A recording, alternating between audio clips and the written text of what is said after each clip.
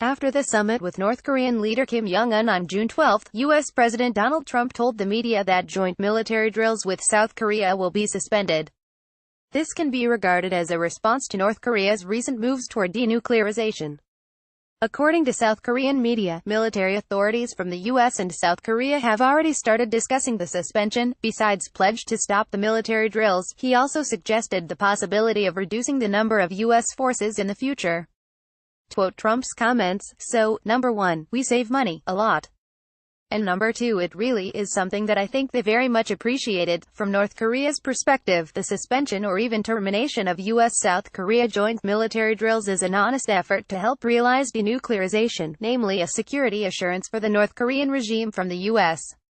It is a necessary move to implement the first article of the Singapore Joint Statement, to establish new US-DPRK relations in accordance with the desire of the peoples of the two countries for peace and prosperity. Meanwhile, if the purpose of the drills is to protect South Korea and deter a North Korean security threat, suspension of the drills suggests that the U.S. and North Korea are ready to replace confrontational antagonism with peaceful negotiation. As for reducing U.S. forces in South Korea, it really depends on North Korea's substantive actions toward denuclearization. Trump has made it clear, "I'd like to be able to bring them back home. But that's not part of the equation right now." His words suggest that what North Korea has done is still far from being enough for the U.S. to consider reducing its military presence. In the long term, although a key ally to the U.S., South Korea has its own ambitions for political and military self-dependence. Since its commencement, the U.S.-South Korea alliance has been rather one-sided, with the U.S. playing a disproportionately dominant role. Victor Cha, former director for Asian affairs in the White House's National Security Council, describes U.S. implementation of alliance relations in East Asia after World War II as a power play. However difficult it is, unification on the Korean peninsula has always remained an inevitable mandate in the eyes of politicians in the two Koreas. Hence, if the threat from North Korea minimizes in the future, the U.S.-South Korea alliance will probably become a symbolic stronghold of U.S. leadership in the Asia-Pacific region. Meanwhile, as South Korea has always dreamed of a more reliable self-dependence, a possible ideal scenario is as follows. Parts of the U.S.-South Korea alliance may be delegated to the U.S.-Japan alliance to give the two Koreas a little more space to become acquainted.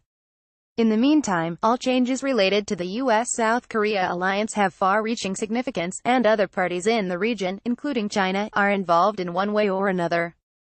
There are at least four major problematic issues in current Sino-U.S. relations: trade disputes, the Korean Peninsula, the South China Sea and Taiwan.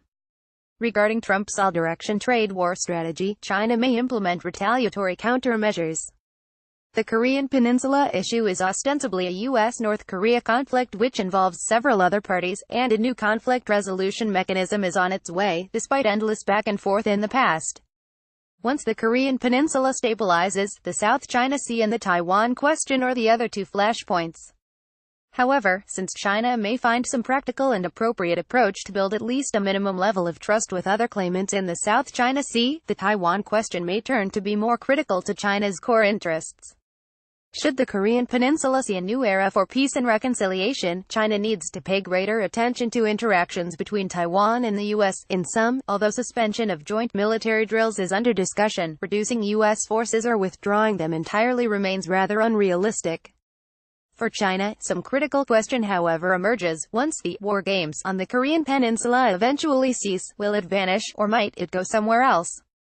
The author is an assistant research fellow with Guangdong Academy of Social Sciences.